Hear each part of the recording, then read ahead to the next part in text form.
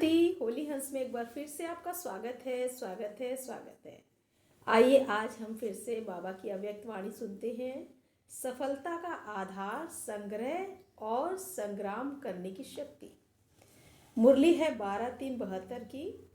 तो आइए आज बाबा देखते हैं क्या कहते हैं।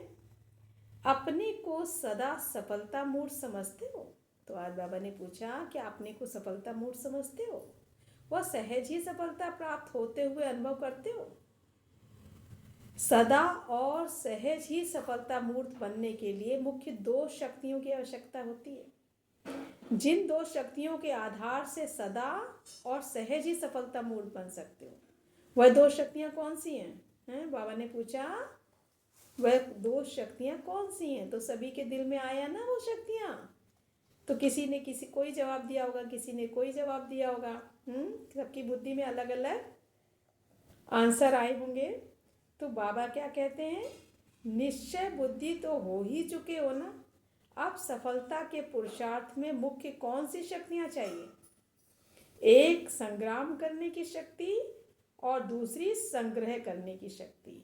संग्राम और संग्रह। संग्राम में लोक संग्रह भी आ जाता है, सभी प्रकार का संग्रह। तो एक संग्राम, दूसरा संग्रह, ये दोनों शक्तियां हैं तो असफल हो ना सके। बाबा कह रहे हैं दोनों शक्तियां हैं तो असफल हो नहीं सकते।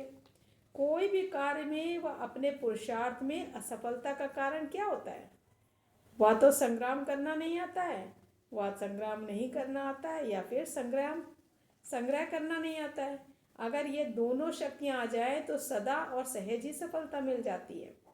इसलिए इन दोनों शक्तियों को अपने में भरने का पुरुषार्थ करना चाहिए।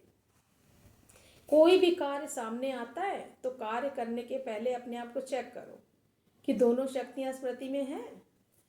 भले शक्तियां हैं भी, लेकिन कर्तव्य के समय शक्तियों को यूज नहीं करते हो, इसलिए सफलता नहीं होती है।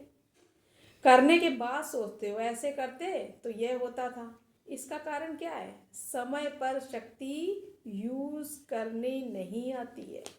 शास्त्र कितने भी अच्छे हों, शक्तियां कितनी भी हों, लेकिन जिस समय जो शास्त्र व शक्ति कार्य में लानी चाहिए वह कार्य में नहीं लाते तो सफलता नहीं होती है। इस कारण कोई भी कार्य शुरू करने के पहले अपने को चेक करो। जैसे फोटो निकालते हो, फोटो निकालने से पहले तैयारी होती है ना। फोटो निकला और सदा का यादगार बना, चाहे कैसे भी हो। इसी रीति यह भी बेहद का कैमरा है जिसमें 1 सेकंड के फोटो निकलते रहते हैं। 1 सेकंड के फोटो निकलते रहते हैं। बाबा कह रहे हैं जो कल के यादगार बन जाएंगे। फोटो निकल जाने के बाद अगर अपने आप को ठीक करें तो वह व्यर्थ है ना।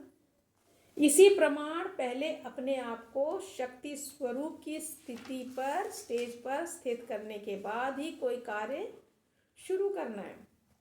स्टेज से उतर करके अगर कोई एक्ट करे, भले कितने भी बढ़िया एक्ट करे, लेकिन देखने वाले कैसे देखेंगे?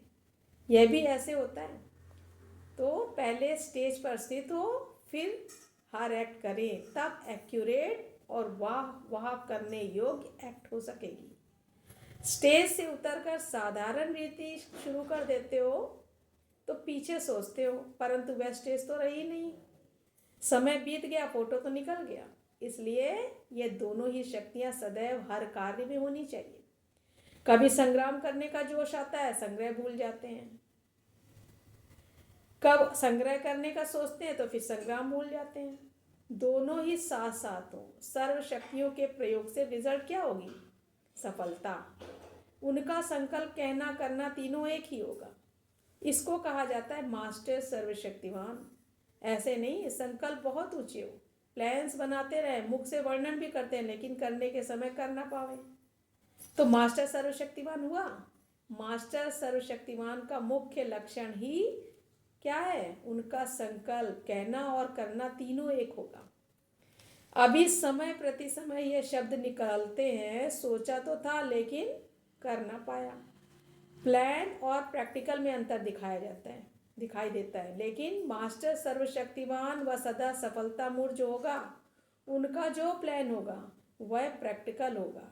सफलता मूर्त होना तो सभी चाहते हैं ना, जब चाहना व लक्ष्य श्रेष्ठ है तो लक्ष्य के साथ वाणी और कर्म भी श्रेष्ठ हो। लेकिन प्रैक्टिकल आने में भी कोई भी कमजोरी होने के कारण जो प्लान है वैसा रूप दे नहीं सकते हैं। क्योंकि संग्राम करने की व उन बातों में लोक संग्रह रखने की शक्ति कम हो जाती है। जैसे पहले युद्ध के मैदान में जब सामने दुश्मन आता है तो एक हाथ में तलवार भी पकड़ते हैं और साथ साथ दूसरे हाथ में ढाल भी होती है। हाँ, ढाल भी होती थी। तो तलवार और ढाल दोनों अपना अपना कार्य करें, यह प्रैक्टिस चाहिए। दोनों ही साथ साथ यूज करने का अभ्यास चाहिए। अपने को मास्टर समझते हो तो सभी बातों में मास्टर हो। जैसे बाप का नाम त्रिमूर्ति शिव बताते हैं तो वैसे ही आप सभी भी मास्टर त्रिमूर्ति हुए ना। आपके भी 3 कर्तव्य हैं जिसके आधार पर सारा कर्तव्य व सर्विस करते हो। आपके 3 रूप कौन से हैं? एक है ब्राह्मण रूप जिसमें स्थापना का कार्य करते हो, हैं। फिर दूसरा है शक्ति रूप जिससे विनाश का कर्तव्य करते हो, और जगत माता व ज्ञान गंगा व अपने को महादानी वरदानी रूप समझने से पालना करते हो।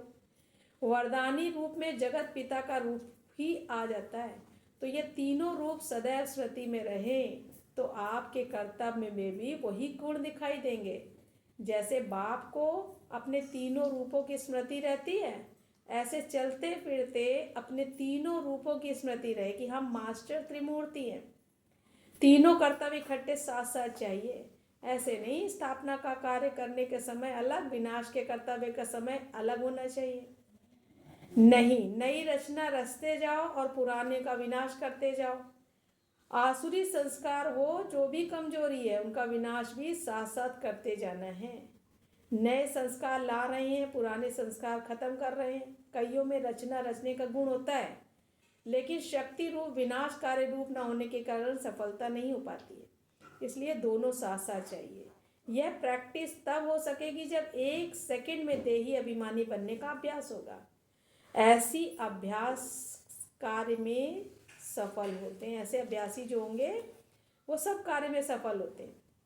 अपने को महादानी व वरदानी, जगत माता व जगत पिता व पतित पावनी के रूप में स्थित होकर किसी भी आत्मा को अगर आप दृष्टि देंगी तो दृष्टि से भी उनको वरदान की प्राप्ति करा सकती हो, वृत्ति से भी प्राप्ति करा सकती हो, अर्थात पालना कर सकती हो। लेकिन इस रूप की सदा स्मृति रहे। ब्राह्मण कथा व ज्ञान सुनाकर स्थापना तो बहुत जल्दी कर लेते हो, लेकिन विनाश और पालना का जो कर्तव्य है उसमें और अटेंशन चाहिए।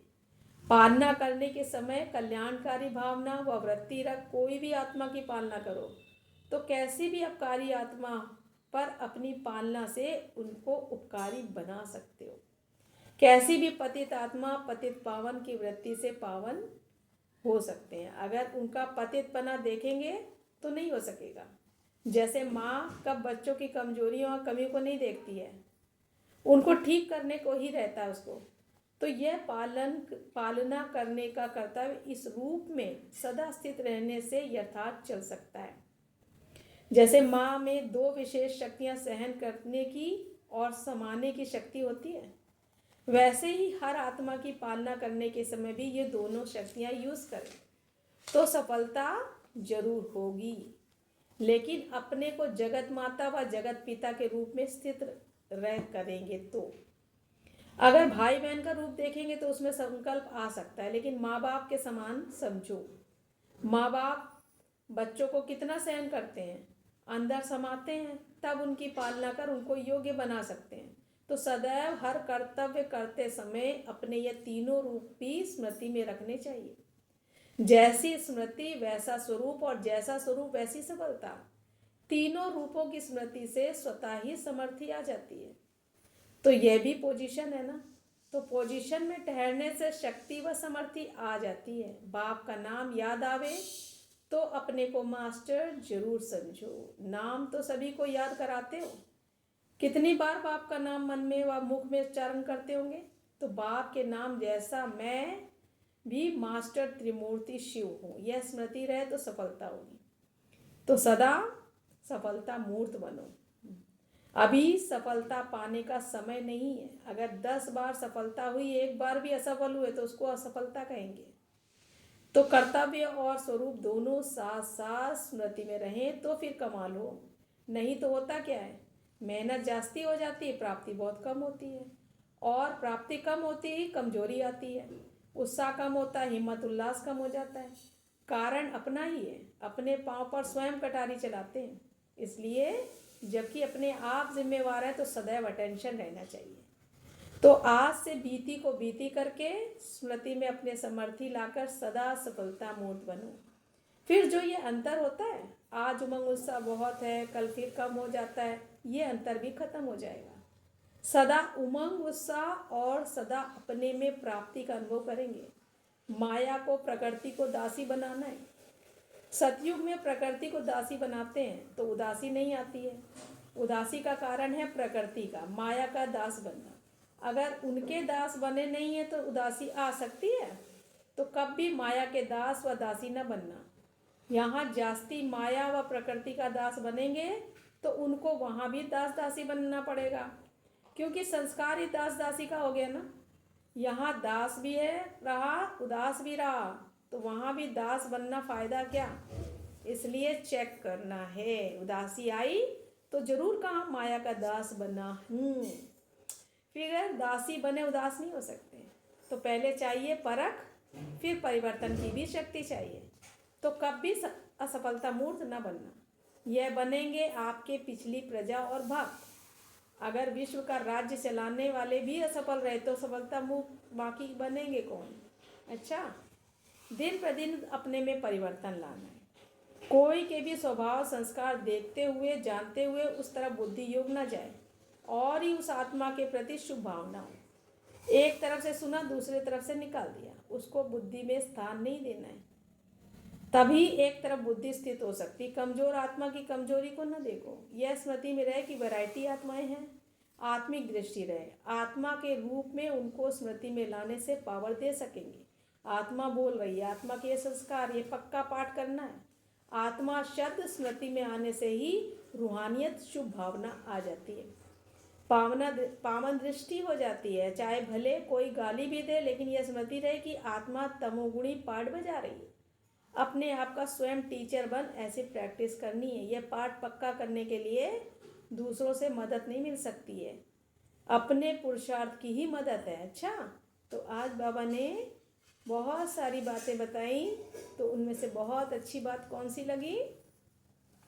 तो बाबा ने कहा, एक है ब्राह्मण रूप जिससे स्थापना का कार्य करते हो, और दूसरा शक्ति रूप जिससे विनाश का कर्तव्य करते हो, और जगत माता व ज्ञान गंगा व अपने को महादानी वरदानी रूप समझने से फिर पालना करते हो। यह तीनों रूप सदैव स्मृति में रहे तो आपके कर्तव्य में भी वही गुण दिखाई देगा। तो आज बाबा ने हमको मास्टर त्रिमूर्ति का स्मृति दिलाई है, और इसको सदा याद रखना है कि मैं मास्टर त्रिमूर्ति हूँ। अच्छा, ओम शांति।